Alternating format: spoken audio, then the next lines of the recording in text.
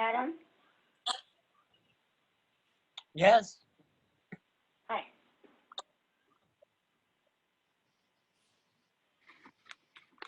Hi. Can you hear me?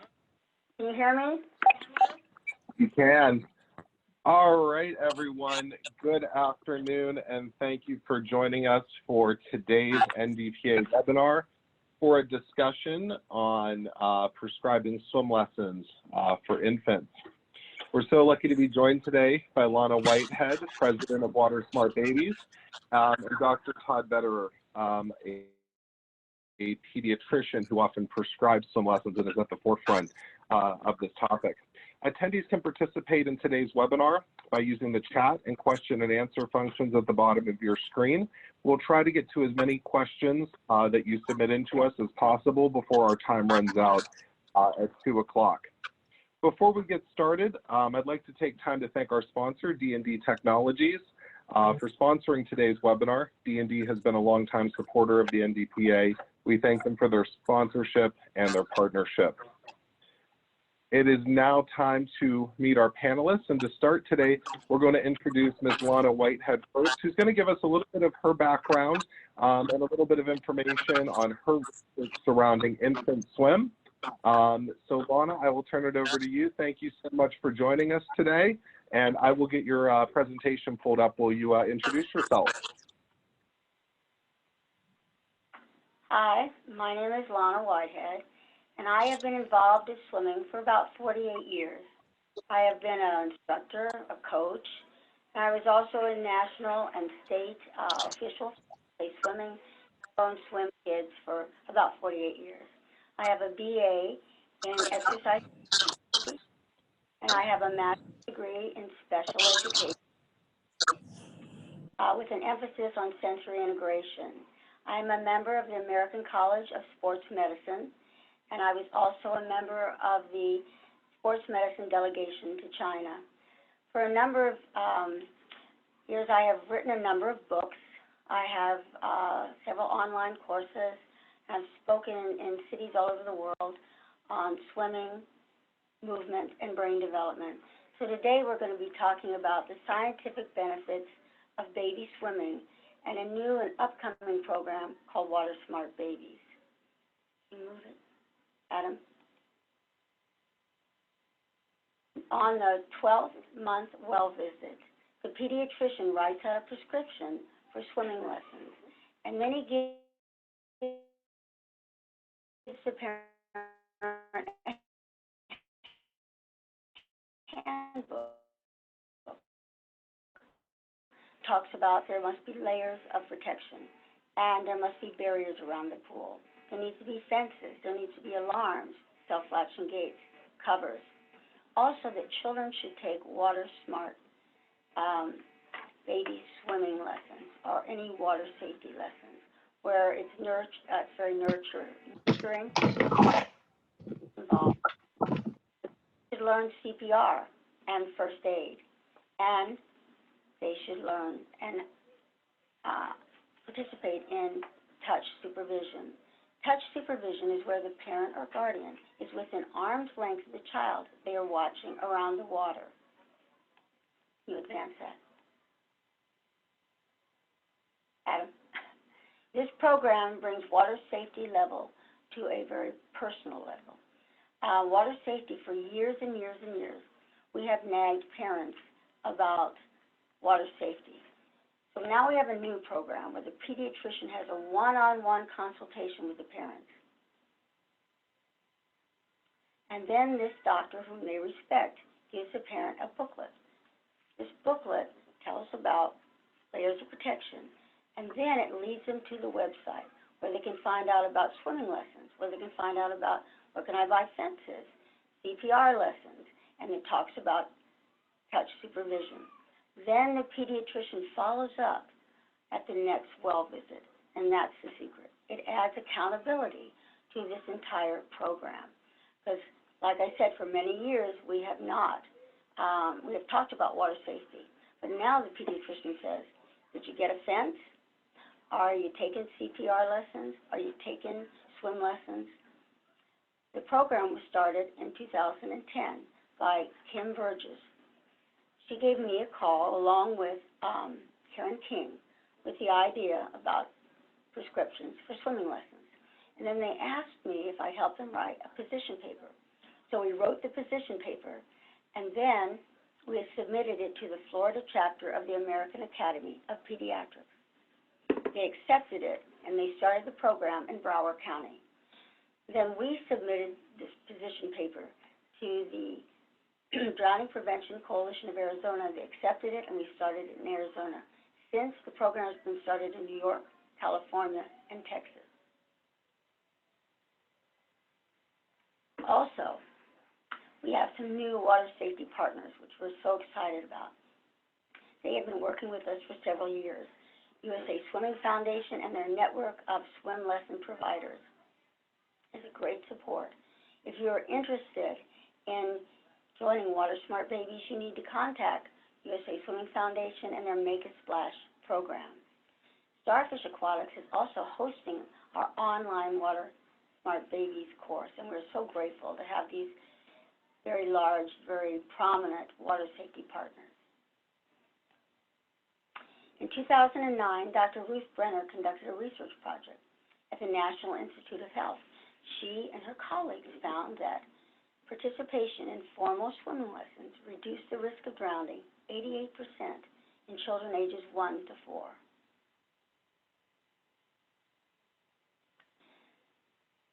But swimming lessons does more than just teaching children how to swim and making them safer around the water. It develops the whole child. Scientific studies of the German Sports College of Cologne showed that baby swimming lessons, and again for kids who took them very young, it accelerated their development mentally, physically, and emotionally. Children were stronger, and they were more coordinated than their peers who did not take swimming lessons. They scored higher for intelligence and for problem solving. Emotionally, they had more self-confidence and developed greater self-esteem. They rated higher for independence, and they rated higher for self-esteem. The reason for this is when a baby is born, he has about between 80 to 100 billion neurons, but most of these neurons are not connected. Only the survival systems are fully wired in the brainstem. Nature has hardwired into these survival systems DNA-driven primitive reflexes. These primitive reflexes give immediate responses, and they stimulate movement. Human babies are born before their brains are fully developed. You know, if you go out in the wild, horses, cows, lions, when their babies are born, it's probably minutes or hours, babies are standing up, moving around, and even running. Well, that's not possible with human babies because their neurons are not fully connected. The baby's neurons require movement and experience in order to connect, to wire, and to develop the higher levels of the brain. As the baby moves or interacts with his world, the impulses flowing through his neurons stimulate the nerve fibers to grow branches and twigs that reach out to other neurons. And when neurons are stimulated, they grow interconnections, and that helps to build new neural pathways. Swimming also improves balance and coordination. In 2009, at the Norwegian University of Science and Technology, Dr. Sigmundsen reported that baby swimmers had better balance, better movement, and better grasping skills. The difference persisted until the children were 5 years old. At the age of 5, they retested them, and they found that they still outperformed their peers in balance, movements, and grasping skills.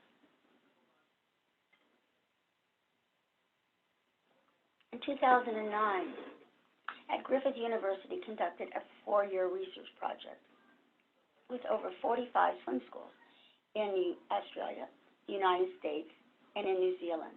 And actually, our school was part of that research project. And they looked at children, or research children, who had taught to swim under the age of 5. And they found that formal swim lessons accelerated their development mentally and physically. There were some more marginal benefits for social development and for language acquisition. Then, in 2011, HealthMade magazine they reported that the researchers in Melbourne, Australia, who were looking at swimming lessons and researching swimming lessons found that children who were taught to swim before the age of 5 had statistically higher IQs. They also found out their muscles developed more quickly than children who were just crawling around the floor. Movement increases memory capacity. We talked about how important movement and experience is for brain development. Studies show that the amount of movement a person engages in affects the size and the memory capacity of the hippocampus. The hippocampus is a very important memory and area of the brain in the temporal lobes. There's 2 hippocampi on each side of the temporal lobes. Dr. Art Kramer and his colleagues at the University of Illinois and the University of Pittsburgh, they studied and analyzed the hippocampi of 165 subjects and found that the people who were more physically fit, that they had larger hippocampi, and that more tissue in the hippocampus equates with better memory. Also, swimming helps a child with self-confidence, and I think a lot of us who teach swimming realize that. Lise Lat-Diem studied and did a report on children who took lessons from the ages of 2 months to 4 years, and she found that they were more independent. They adapted better to new situations, and they had greater self-confidence. Because in a swim lesson, a child learns to cooperate in a social structure. He learns to take turns. He learns to share and to cooperate. And he gets a feeling of belonging that builds self-esteem and it strengthens social confidence. Now, today we don't have time to go over all the different research projects. There's actually many of them. So we have one of our books, Water Smart Babies, talks about a lot of the different research projects on swimming lessons and the benefits for early swimming lessons. And at the back, it has a reference area where you can go to find out more research on baby swimming. Thank you very much.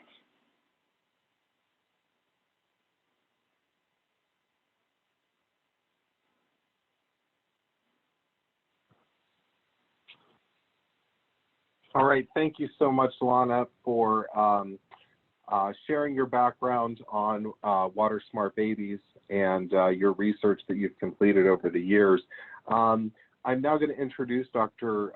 Todd Vedder. Dr. Vedder, thank you for joining us today, and let me make it so you can talk. Okay, there we go.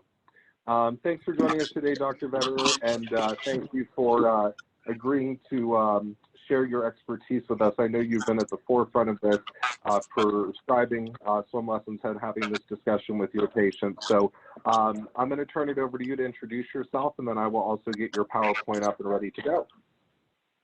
Thank you, Adam, and thank you, Lana. Welcome, everybody. Yes, my name is Dr. Charles Todd Vedder. I'm a pediatrician currently with Atrium Health in Charlotte, North Carolina, and I've been here for about the past year. But before that, I worked in Naples, Florida for about 15 years. And while I was there, I had the great distinct honor to serve on the board of the Safe and Healthy Children's Coalition of Collier County, run by Naples Community Hospital. And I served there from 2011 until 2018. And that whole organization started after the community saw an alarming increase in the number of child drowning deaths. And so we decided that we needed to bring all the major players or major organizations that had basically fins in the game, so to speak, bring them together to try to confront this silent killer. And so we really approached it in a multi-pronged fashion. And it involved first responders, whom I need to give a special shout out on this special occasion, as well as aquatic centers and the local chapter of the Red Cross. And my role as a pediatrician was to try to get other community pediatricians talking to their patients regularly about water safety hazards, the layers of protection, and also encouraging the ABCs, which, as all of you may know out there, stand for adult supervision, barriers, and classes for CPR, as well as swimming or water competency. So the next slide I don't know if you basically sort of the approach that I had while I was with the coalition, talking to my pediatric colleagues and also now here in Charlotte. This is sort of what we the model that we tried to follow. And as pediatric providers, we are on the front lines of drowning prevention. It may be the only time a parent hears a water safety message, and hopefully it's a trusted message. We are truly blessed to have the understanding and open ears of parents. We do have limited time with parents. Typical well visit only lasts about 20 minutes. But as Lana had alluded to earlier, we do get to see parents and the child on a more regular basis. And I start talking about water safety right around the 9-month visit. And you all probably understand why. This is when kids' gross motor skills far exceed their reasoning capabilities, and they can very quickly get themselves into a troublesome situation. So during that 9-month encounter, we have to cover a lot of territory. We've got to assess many things, whether it's diet or vaccinations or sleep patterns, but we always need to take a moment to ask one of these two questions that are at the bottom of the slide, and that is, are there any drowning hazards around the home or at any other residence where your child spends time, be that the relative, a babysitter? And then I also try to touch on, if the family's planning on going on a vacation or whether they are planning to move. Those are sort of the two key questions we want to ask during that 9-month well visit encounter. Next slide. And since we do have limited time, we do need to try and increase the number of resources available in the pediatrician's office that continue to promote those ABCs. And in this slide, it does show several complementary resources that many pediatricians will use in their office. On the far left of the slide, there's a Children Drown poster developed by the NCH Safe and Healthy Children's Coalition that was then adapted for use in Charlotte. These are placed in our waiting rooms and exam rooms. Then next to that is a Water Smart Kid booklet that also the coalition developed in Collier County that addresses the ABCs and allows pediatricians to actually sign a prescription for water safety. Next to that is tear sheets that the American Academy of Pediatrics has in their drowning prevention toolkit that are based on age or stage of development. And then in the upper right is a rack card that Water Smart Broward developed that pediatricians will use in their office. Just real succinct key messages. And then below that are 2 books that pediatricians can have in their office, not only to promote literacy and early learning, which is another main thrust of the pediatric experience, but it also, these books by the Stewie Leonard Foundation and Josh the Otter, help encourage water safety. Next slide. And if a parent does answer yes to those earlier mentioned questions about are there any water safety hazards around the home, we quickly will launch into discussion about adult supervision and barriers. We're kind of holding off right now in these early stages on talking about classes. We really want to focus on those barriers. And these are just a few of the barriers that I even carry around in my doctor's bag and will pull out and show parents if they're planning on going on a vacation where there's a pool, or the child's going to spend some time over at grandma's, and they don't want to put up a, you know, they can't put up a fence for some reason.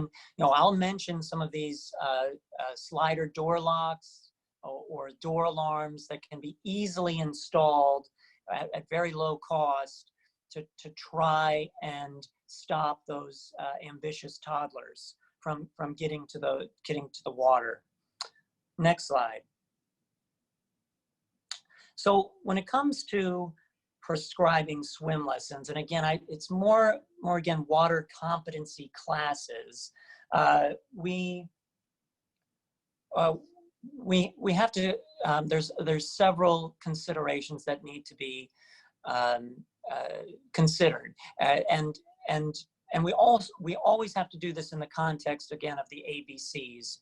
We're not discussing swim lessons in a vacuum.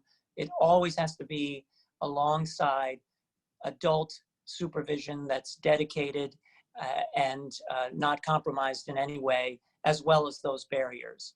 But when it comes to those special considerations, you know, oftentimes the parent or grandparent themselves cannot swim. And there's been some study out of, with USA Swim and out of the University of Memphis about how it's difficult to break the non-swimming cycle. And so when you're looking at prescribing water competency classes, you might also be looking at trying to get the parent involved in lessons as well. And then the second point, when it comes to the second point addresses, is the child developmentally ready? And Lana had talked about this to quite some degree. The connections for different brain functions develop sequentially, yet simultaneously. So babies first start to develop the connections for vision and hearing, followed by gross motor skills, then fine motor skills, social adaptive skills like waving and clapping, then language abilities, both receptive and expressive language, come into play, and then a higher cognitive functioning, such as learning the difference of right and wrong. So I generally start to talk about swim water competency classes, you know, right around the time, around the 15-month visit. And again, every child, you know, children develop at different rates, and not all children will be ready to learn to swim at exactly the same age. So some things that I look for is the child, you know, climbing on furniture yet, because that might be a sign then that they could potentially pull themselves out of a pool. Are they able to follow simple commands?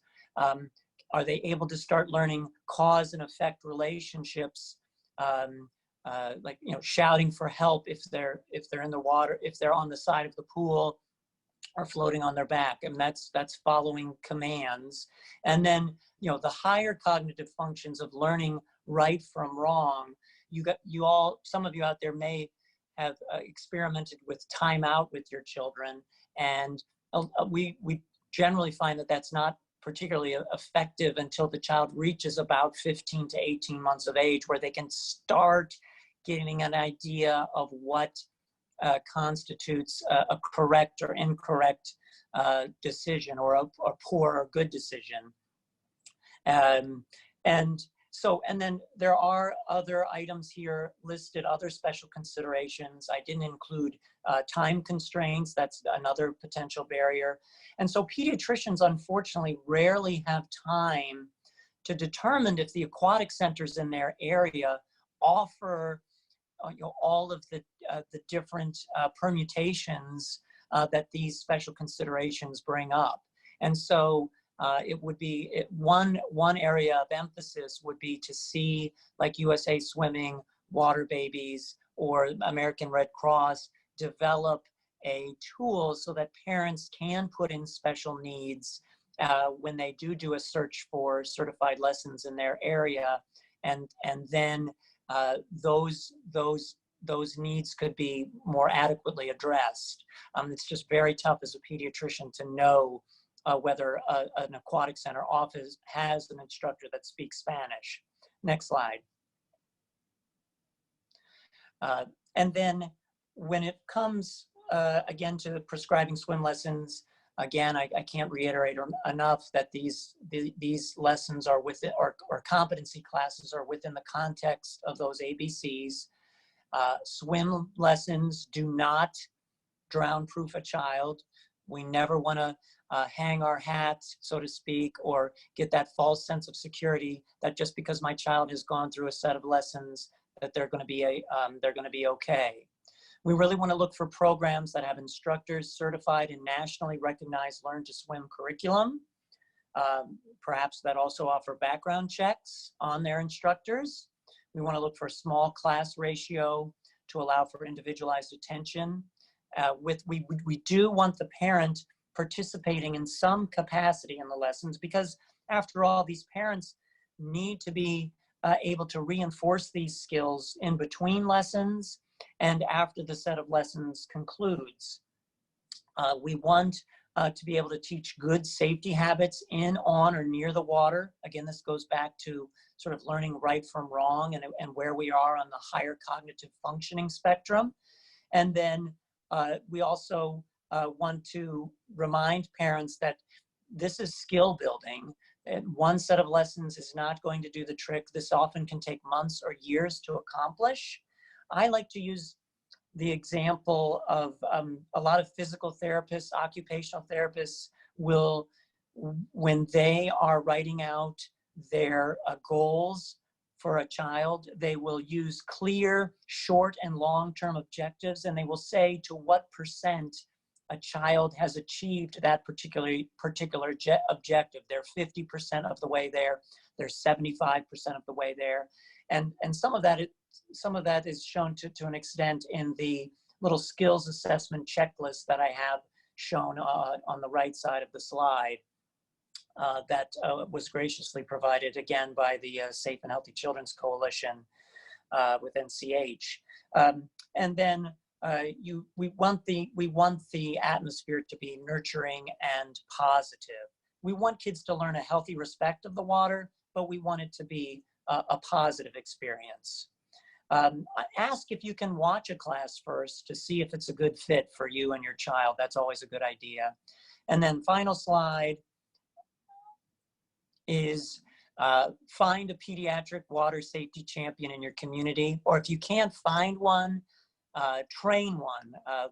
That's what the coalition did to me, and I have never looked back since. I'm so grateful to have been part of that organization. And again, many thanks to all the first responders out there and all of you who have been water safety champions. This is definitely a group effort. We can't do this alone. We can only conquer this problem by working together. And thanks again. Well, thank you, Dr. Vedder, for sharing your expertise. So we're going to use the rest of our time today for an open discussion with our experts that we have available to us today. So I have a few questions. I've seen we've had a couple questions submitted in from attendees through the chat and the question and answer function. And if you're watching at home and you would like to submit in a question, feel free to open up that question and answer button, or click on that question and answer button at the bottom of your screen, and we'll try to add that into our discussion. So I have a list of questions in front of me that I've thought of going into this, and I think a few of these were covered as part of your presentations. You know, I want to start out by asking, do we have a sense on how many pediatricians around the country are currently having this discussion with their patients? And then what can we do as a water safety community to encourage more pediatricians, or how can we be involved in this? Well, yeah, that's a great question. It is part of the Bright Futures guidelines. The American Academy of Pediatrics issues guidelines that all board-certified pediatricians are strongly encouraged to follow. We do know from some small focus groups, again, this is information provided by Paula DeGrigoli from the NCH Safe and Healthy Children's Coalition, that from some of these small focus groups, that parents are hearing the message about water safety from their pediatricians, but I can't, but that's just in Southwest Florida. I can't speak for the rest of the country. But to answer the second part of the question, I do think we need to come together as a water safety community to develop a booklet that Lana had mentioned, sort of the Water Smart Kids or something along those lines, that is a fulcrum for any pediatrician to use anywhere in the country to promote those ABCs, because drowning does happen in every state. I know some more than others, and water, as we know, is indiscriminate. It doesn't judge based on your gender or race. So it would be nice, a very nice tool to have. And I think more pediatricians would be on board if that was endorsed by all of these major organizations, including the NDPA, of course.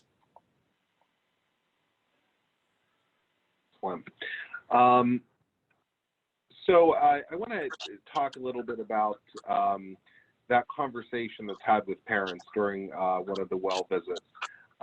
You know, we all unfortunately know all too well the statistic that drowning is the leading cause of unintentional injury death for children 1 to 4. And we haven't seen that change in recent years. You know, when you bring this up to parents, Dr. Vedder, you might give them that statistic.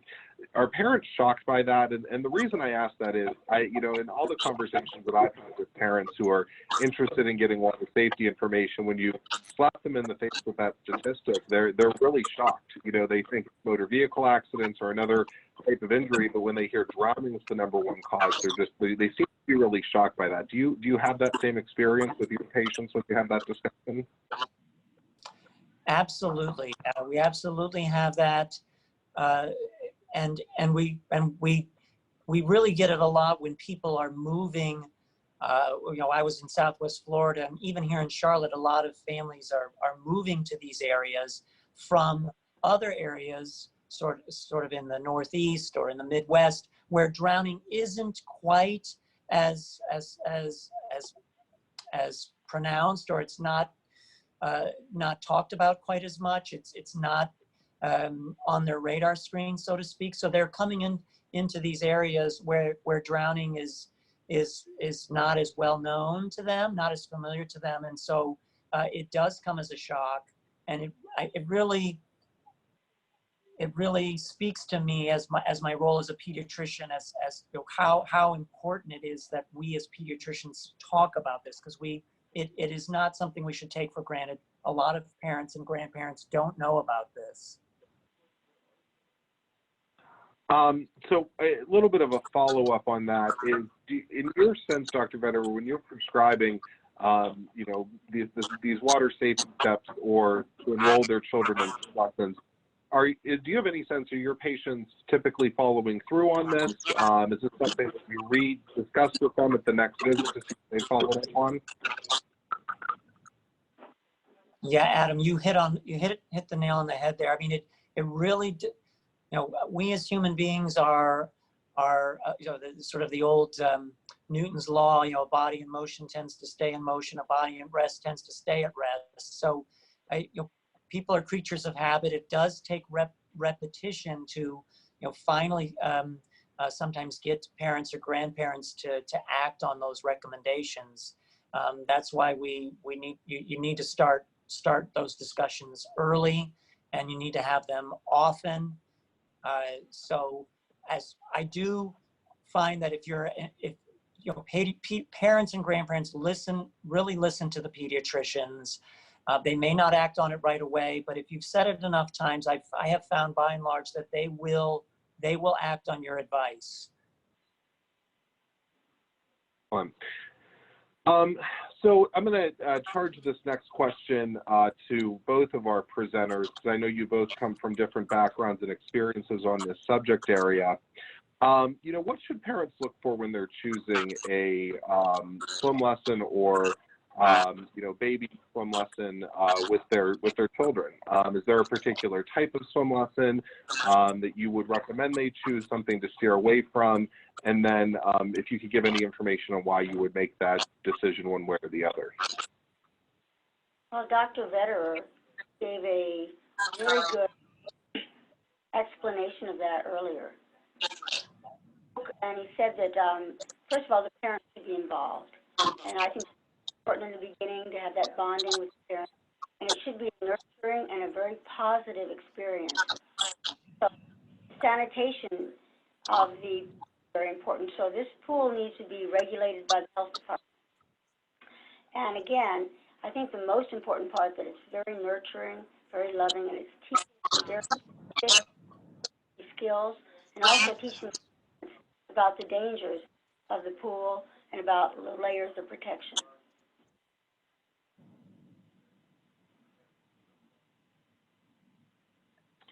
So, Dr. Vedder, anything to add on to that?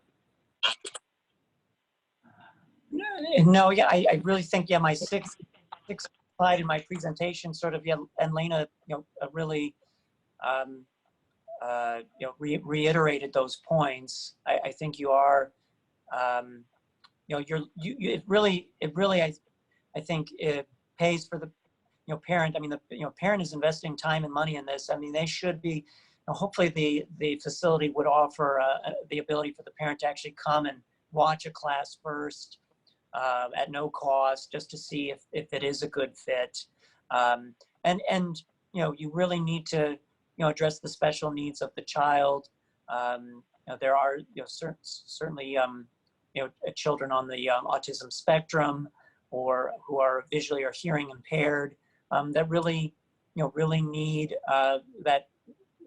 one-on-one assistance. And so it takes a lot of effort on the behalf of parents to find that right fit. And again, I would love to see NDPA, USA Swim, American Red Cross, come together and develop a central clearinghouse for parents to put in those special needs so that their kids can, so they don't have to work so hard at finding that right fit.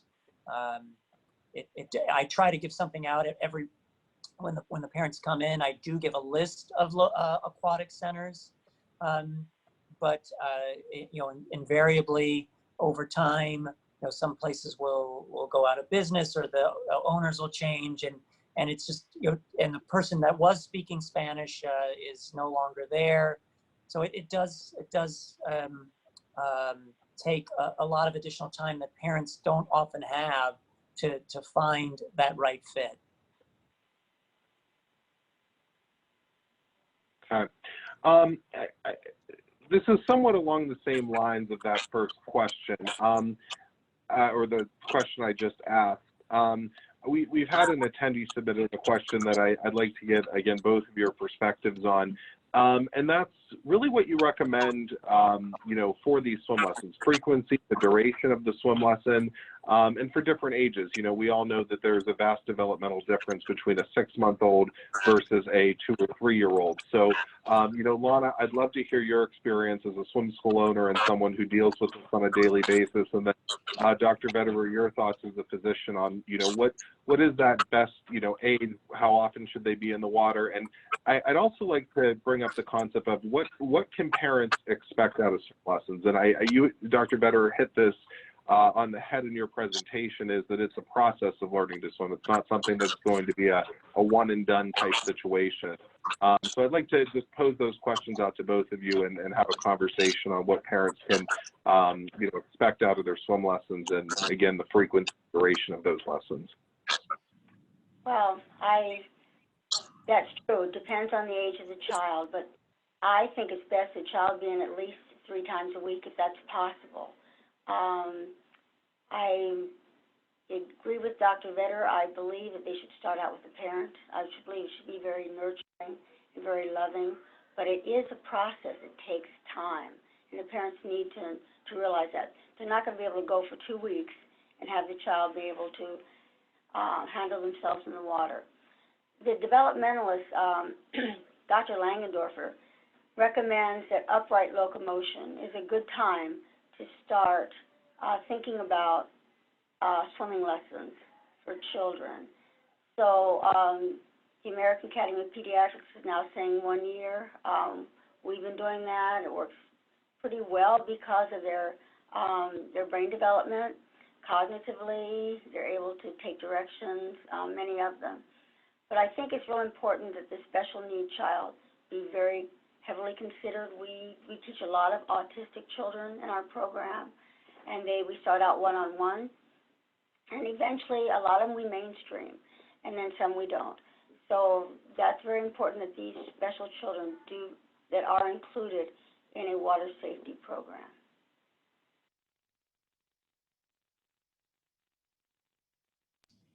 I would only add that, you know, as far as expectations, you again, a parent could ask, you know, what sort of like the checklist that I showed on my that 6th slide that I had, the checklist. You know, what kind of skills are going to be assessed, and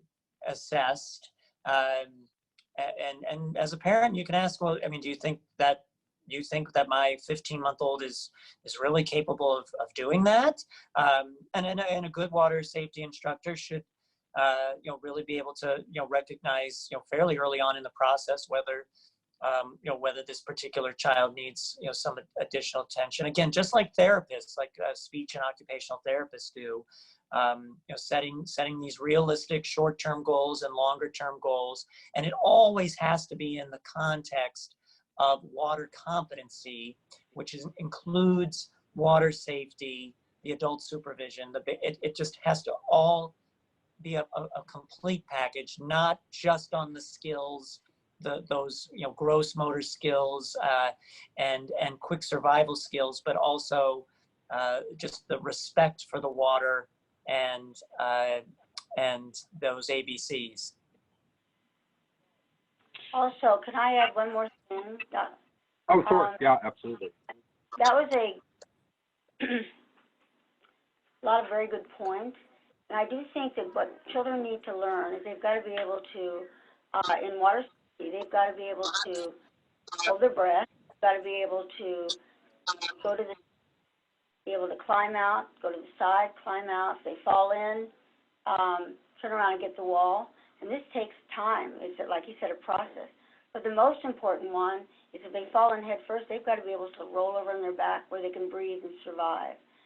So again, like he said, it's a journey and a process, and it should be done in a very nurturing and loving manner with the parent initially involved.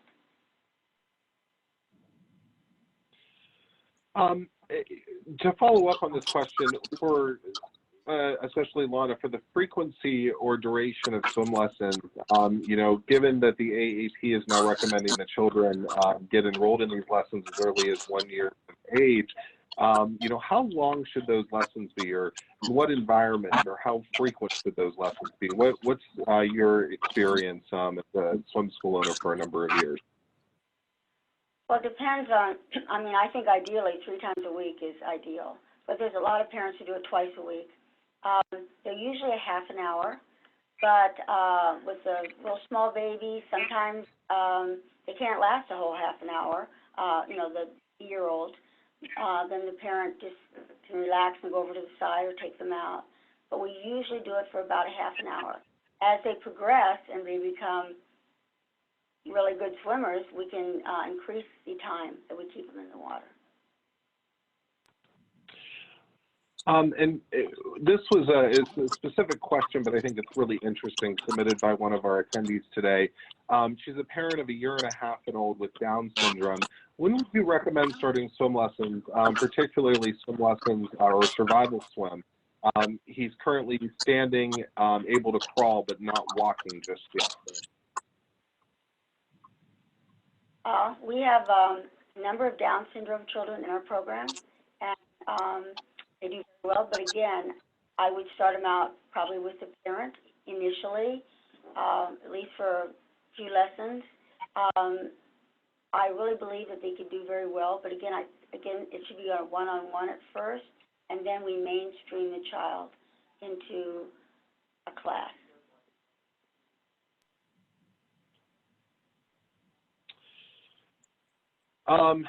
So a question for Dr. Vedder. we have an attendee who has asked for a question regarding the Bright Futures checklist from AAP. Is that currently being updated?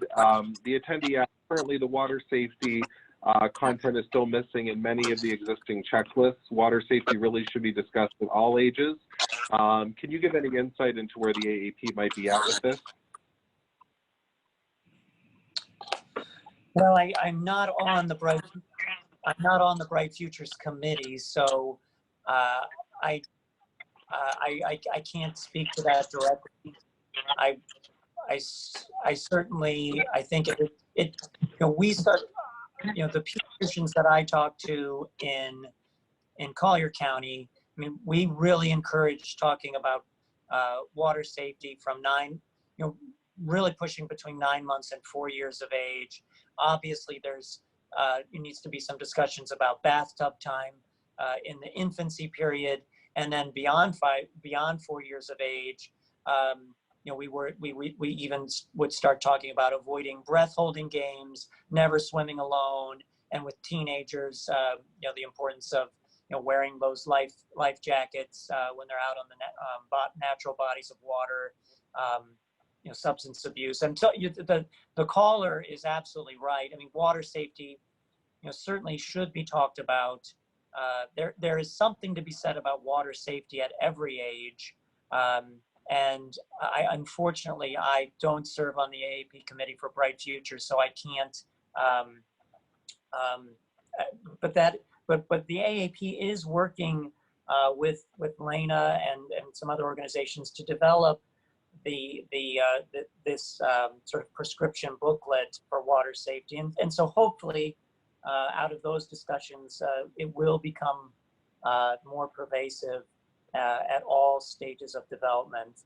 And the AAPs, I should give them credit, they have developed a very nice drowning prevention toolkit that with tear sheets that does, and you should go look that up on healthychildren.org.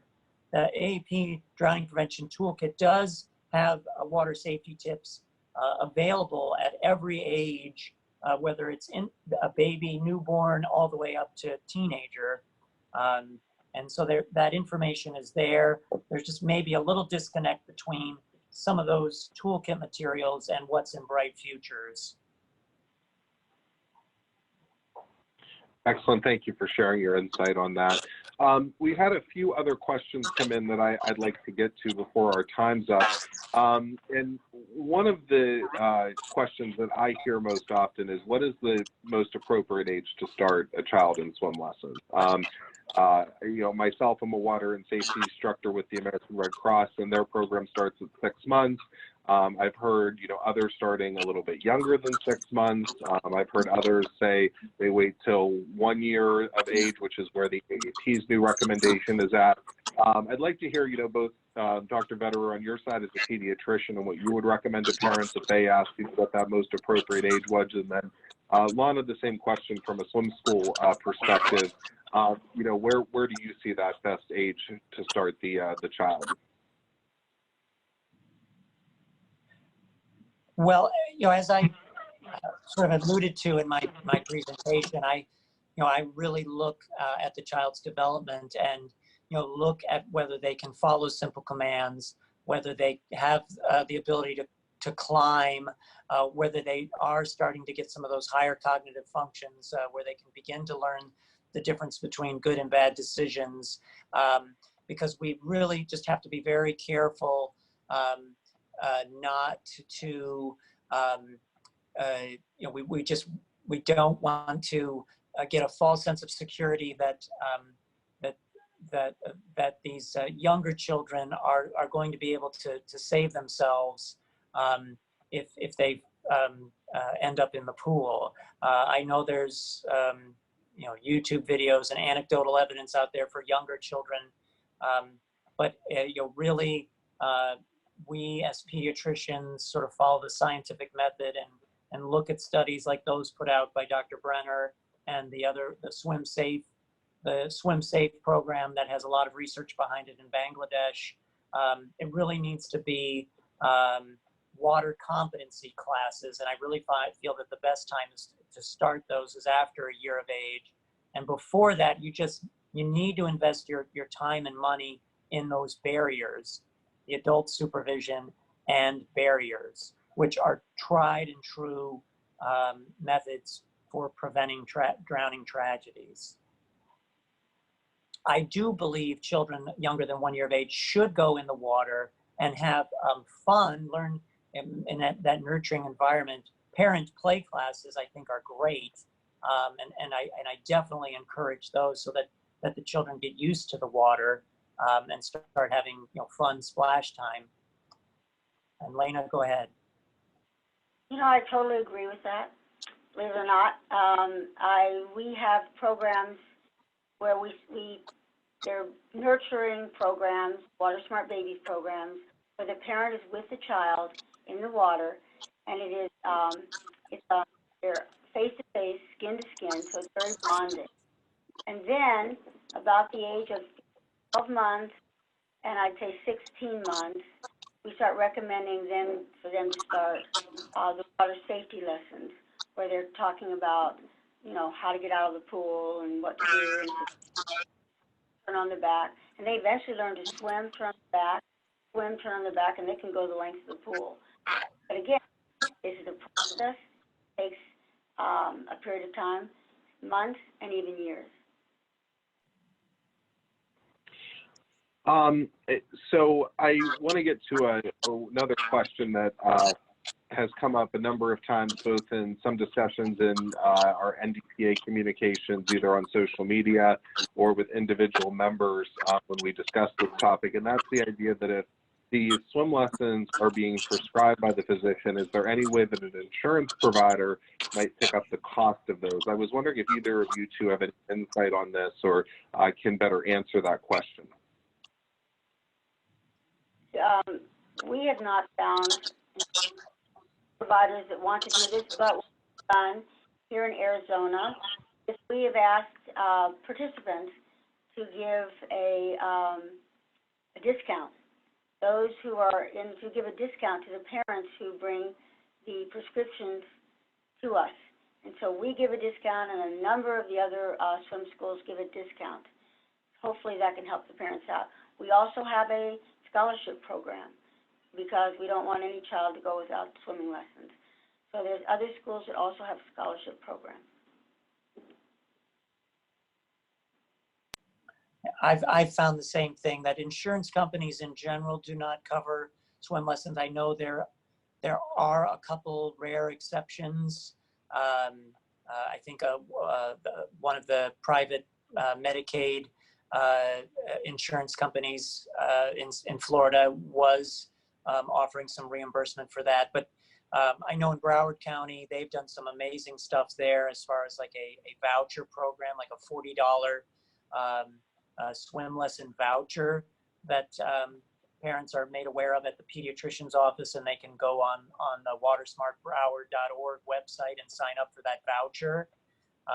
And same thing in Collier County. If the parent would present the prescription booklet, they would get a discount. And a lot of the programs did offer scholarship type programs for those that demonstrated financial need. Excellent. I know there's a number of scholarship opportunities available from a number of different organizations in the water safety space as well if parents need help affording these swim lessons. I want to end just with a discussion to kind of encapsulate all this. And, this is something that I've been telling people for a long time, and I'm hopeful that it's resonating. We had a question come in about after a child gains a certain level of competency in the water, do the parents become overconfident in their children's swimming ability? And I know there's been research out of Australia with Dr. Kevin Moran, who has looked specifically at this question and has found that in many cases, yes, parents become overconfident in their child's swimming ability. And, from my talk from the Drowning Prevention Alliance, one of the things we've said for a long time is even once the child is skilled, that doesn't mean that these other layer of protections need to go away. The whole concept of layer of protection is that we're not relying on one specific layer, but there's multiple layers put in place to reduce the risk of a tragedy taking place. So You know, this will kind of be our final discussion point given our, where we're at on time today, but you know, I want to get both of your senses, being that you work with patients and clients at swim schools, on, you know, is this something that we need to spend more time talking to parents about and emphasizing that, yes, learning to swim is important, but so are all the other layers of protection steps? Well, I completely agree. I do think parents oftentimes get a false sense of security as their child gets more skilled in the water. You know, again, we do have to remember that the vast majority of the drownings are occurring in that 1 to 4 year age group, and so you know, that is where we as pediatricians spend the most of our time. But you're absolutely right, Adam, that you do need that dedicated adult supervision. You know, as long as as long as they don't have car keys and can't drive themselves to where they want to go, you should be trying to watch them when they're in the water, or make sure that there's a lifeguard on duty. You know, that whole never swim alone mantra is very relevant, no matter how old or how young you are. I mean, we even say never swim alone to competitive adult swimmers who are doing open water swimming. It's just, you just need to have that buddy system, that adult supervision. I totally agree. I think we preach on constantly in our swim lessons to the parents that you can never leave the child alone in the water, never leave them in the bathtub, put down the toilet seat, never leave standing, especially buckets. We've had a lot of children in Arizona drown in buckets. You cannot leave buckets with standing water. And we also talked to them about making sure you have a water watcher around the pool, especially during parties or events. So there's one person designated to watch the water, and that is all they do. They don't read, they don't talk, they don't eat, they just watch the water. And then you change them out probably every 15 minutes, every half an hour. So there's a fresh pair of eyes on the children the entire time that they are in the water. And we do have time for one last question that's been submitted in, and I think this is a really good clarification point. You know, when we talk about the idea of swim lessons being loving and nurturing, you know, a lot of kids, you know, have fear of the water, apprehension of the water, and, you know, the swimming lesson at that point is likely to become a forced activity on them, right? You know, can you speak to that? And, you know, just because maybe a child might be uncomfortable in the water at first or cry, how should a parent handle and react to that?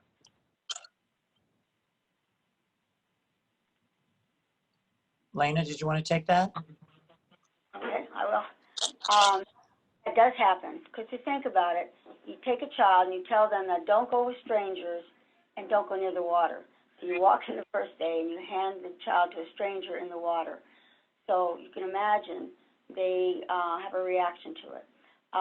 That's one of the reasons I think it's important to start earlier with the parent, then they have that introduction to the water.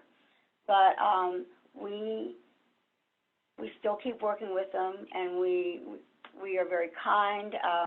We give them all types of incentives, and we even sing to them, we talk to them, and we help the parent and the child realize that they can overcome this fear. And they do. They not only overcome it, they learn to love the water. But it's very important in the beginning that we listen to their fears, we understand them, and we work with them.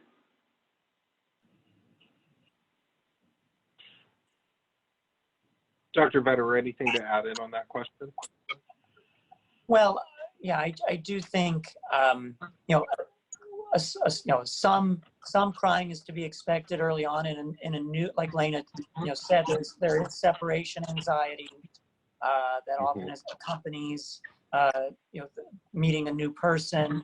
So some crying at the beginning is to be expected, and there, you know, should be talked about even before the water competency classes begin. Hopefully, a good instructor is going to talk to the parent a little bit about, you know, that their child may be upset in the early going. But I always use the example that we used in Collier County when we had preschoolers do our Swim Central classes. A lot of times would be crying a lot on that first day, and would be very upset. But by the last day of the lessons, 2 weeks later, they were crying to get out of the water. They didn't want to get out. They loved it so much. So it's there needs to be some patience. But if we're seeing that the child is truly getting stressed and agitated, then it is time to take a break, time to take a time out. You know, maybe we're going to wait until next swim season to try again. Maybe we need to look at a different instructor, you know, and maybe in between, just have some positive play interactions in the water with a parent. Excellent. Well, that is all the time we have. We are at 2 o'clock, and I want to thank everyone at home for joining us, and especially thank our 2 wonderful panelists we had today. Dr. Vedder, thank you for taking time. I know you took some time out of your patient schedule today to join us today, so thank you so much. And Lana, a very familiar face to the Drowning Prevention Alliance, thank you so much. And I'm sure we'll see Lana at our national conference coming up here in April. We do encourage everyone to please make sure you've saved the dates, April 5th through the 9th, 2020. The National Water Safety Conference presented by NDPA will be in Fort Worth, Texas. You can go to watersafetyconference.org for more information. I'd also again like to thank our sponsor of today's webinar, D&D Technologies. Join us on for our next Wednesday webinar on September 25th at 1 p.m. Eastern Time. We'll be talking about social media and drowning prevention and how those two mix together.